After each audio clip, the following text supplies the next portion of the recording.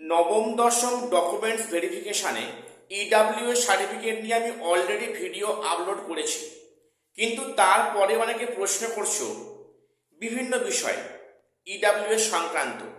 যেমন অনেকে বলছো যে ইডাব্লিউএস সার্টিফিকেট কি কারেন্ট ইয়ারে লাগবে, সেক্ষেত্রে যদি কোনো প্রিভিয়াস ইয়ারে থাকে সেক্ষেত্রে কি আমি কি কাস্ট ফেসিলিটি পেতে পারি, ইত্যাদি অনেকে প্রশ্ন করছো। তাই আমি আজকে ভিডিওটা আবারও বানালাম। প্রত্যেককে ভিডিওটা স্কিপ না করে সবটা দেখো, আশা করছি তোমাদের সমস্ত ডাউট আমি এই ভিডিওতে ক্লিয়ার করতে পারবো। প্রত্যেককে চ্যানেলটা সাবস্ক্রাইব করে দিও এসএসসি পিএসসি গুরুত্বপূর্ণ আপডেট পাওয়ার জন্য। প্রথম বলি, ইডাব্লিউএস সার্টিফিকেট নিয়ে অনেক ভুল বোঝাবুঝি হচ্ছে। তোমরা সেটা তোমরা চ্যানেল থেকে বিভিন্ন তথ্য পাচ্ছ এবং সেখানে সোশ্যাল মিডিয়ায় অনেক ভুয়ো খবর ঘুরে বেড়াচ্ছে। তোমরা সেই সমস্ত খবরে কান দিও না, সঠিক খবরটা তোমরা প্রত্যেককে ক্লিয়ারলি জেনে নাও। আজকে আমি প্রথম বলি, প্রত্যেক ভিডিওটা মন দিয়ে শুনবে। কিন্তু প্রথম বিষয়টা হচ্ছে কি, ইডাব্লিউএস সার্টিফিকেটের ভ্যালিডিটি থাকে কত বছর? উত্তর হবে 1 ইয়ার। মন দিয়ে শোনো, ইডাব্লিউএস সার্টিফিকেটের ভ্যালিড থাকে 1 বছর।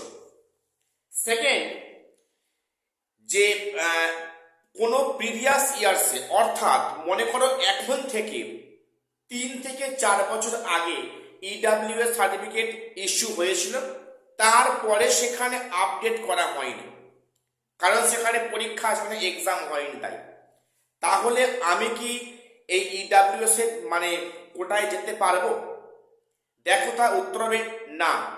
এখানে পরিষ্কার বলা আছে কারেন্ট ইয়ারের সার্টিফিকেট লাগবে। এটা কিন্তু পরিষ্কার বিষয়, কারেন্ট ইয়ারের সার্টিফিকেট লাগবে। 2 বছর 3 বছর 4 বছর আগেকার সার্টিফিকেট শো করালে এই শিক্ষাবর্ষে বা এই অর্থবর্ষে সে কিন্তু ইডাব্লিউএস ফেসিলিটি পেতে পারে না, এটা পরিষ্কার কথা। এবং এরপরে অনেকে প্রশ্ন যে আমি সার্টিফিকেটের জন্য অ্যাপ্লাই করেছি, কিন্তু 21/7/2025 পরে সার্টিফিকেটটা পেয়েছি, সেক্ষেত্রে কোনো সমস্যা হবে? সমস্যা অবশ্যই হবে, কিন্তু সমস্যা অনেকের হবে না। কাদের হবে না? অ্যাজ পার এক্সাম্পল, সাপোজ তোমার প্রিভিয়াস ইয়ার্সে তুমি ইডাব্লিউএস সার্টিফিকেট তোমার ছিল এবং কিন্তু 2 থেকে 3 বছর তোমার সার্টিফিকেটটা পুনরায় আপডেট করা হয়নি। এখন তোমার দরকার পড়েছিল, কাজেই তুমি 21/7 আগে তুমি সেই সার্টিফিকেট পাওয়ার জন্য অ্যাপ্লাই করেছিলে। তুমি সার্টিফিকেটটা পেয়েছ 21/7 পরে। তুমি যখন অ্যাপ্লিকেশন করেছিলে, তোমার যে অ্যাকনলেজমেন্ট স্লিপটা দেওয়া হয়েছিল, সেই স্লিপটা প্লাস প্রিভিয়াস ইয়ারের সেই সার্টিফিকেটটা যদি আনতে পারো, তাহলে সেক্ষেত্রে কিন্তু কোনো সমস্যা হবে না। প্রত্যেকে ভিডিওটা মন দিয়ে শোনো, কাজেই কেউ বিভ্রান্ত হও না, সঠিক খবরটা জানার চেষ্টা করে নাও এবং এই ভিডিওটা প্রত্যেকে শেয়ার করে দিও। এই খবরটা প্রত্যেকেই জানা উচিত। তাহলে কি বললাম, যে 21/7 পরে যারা সার্টিফিকেট পেয়েছো, যারা একদম প্রথমবার ইডাব্লিউএস করছো, কোনো প্রিভিয়াস কোনো ইয়ারে ছিল না, 21/7 পরে সার্টিফিকেটটা পাচ্ছ, তারা কিন্তু এই ফেসিলিটি পাবে না। তাহলে কারা পাচ্ছ? যাদের প্রিভিয়াস কোনো ইয়ারের সার্টিফিকেট ছিল, কিন্তু এবারে 21/7 আগে অ্যাপ্লাই করেছো, সেই অ্যাকনলেজমেন্ট স্লিপটা থাকলে কিন্তু সেখানে আগের সেই প্রিভিয়াস সার্টিফিকেট এবং এই অ্যাকনলেজমেন্ট স্লিপ শো করলে তুমি কিন্তু কারেন্ট ইয়ারের ফেসিলিটি অবশ্যই পেয়ে যাবে, কারণ তুমি আগেও ছিলে ইডাব্লিউএস, এখন অ্যাপ্লাই করেছো, তোমার অবশ্যই গ্র্যান্ট হবে। এই মর্মে কিন্তু তারা সার্টিফিকেটের ফেসিলিটি পাবে।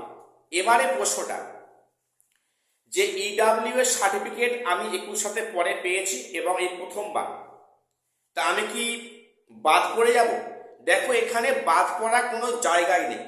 বাদ মিন্স তুমি যদি কারেন্ট ইয়ারের সার্টিফিকেট শো করতে না পারো, তাহলে তুমি কিন্তু যে ইডাব্লিউএস কাট অফ ক্লিয়ার করেছিলে, তোমার কিন্তু সেখানে তোমার ডাক হবে না।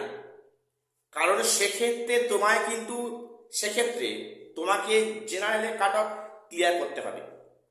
তোমার যদি মনে হয় যে হ্যাঁ আমি জেনারেল কাট অফ ক্লিয়ার করব, তাই তুমি কিন্তু অবশ্যই থাকছো। আর যদি দেখা যায় যে ইডাব্লিউএস তুমি সার্টিফিকেট শো করাতে পারলে না, তাহলে এবং তোমার মার্কস কম আছে, তুমি সেই জেনারেলের কাট অফ ক্লিয়ার করতে পারলে না, তাই তুমি কিন্তু পুরুষাঙ্গে বাদ করে যাচ্ছ।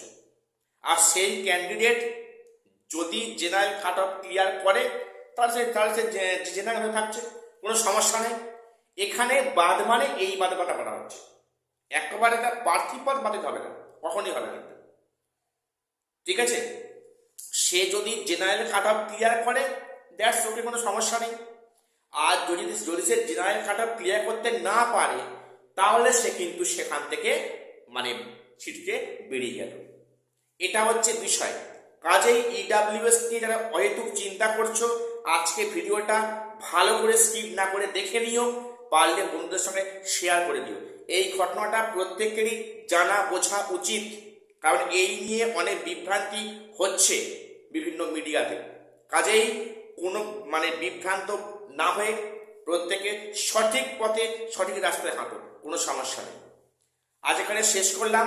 প্রত্যেক চ্যানেলটা সাবস্ক্রাইব করে দিও এসএসসি পিএসসি গুরুত্বপূর্ণ আপডেট পাওয়ার জন্য। শীঘ্রই দেখা হচ্ছে পরে কোনো ভিডিওতে।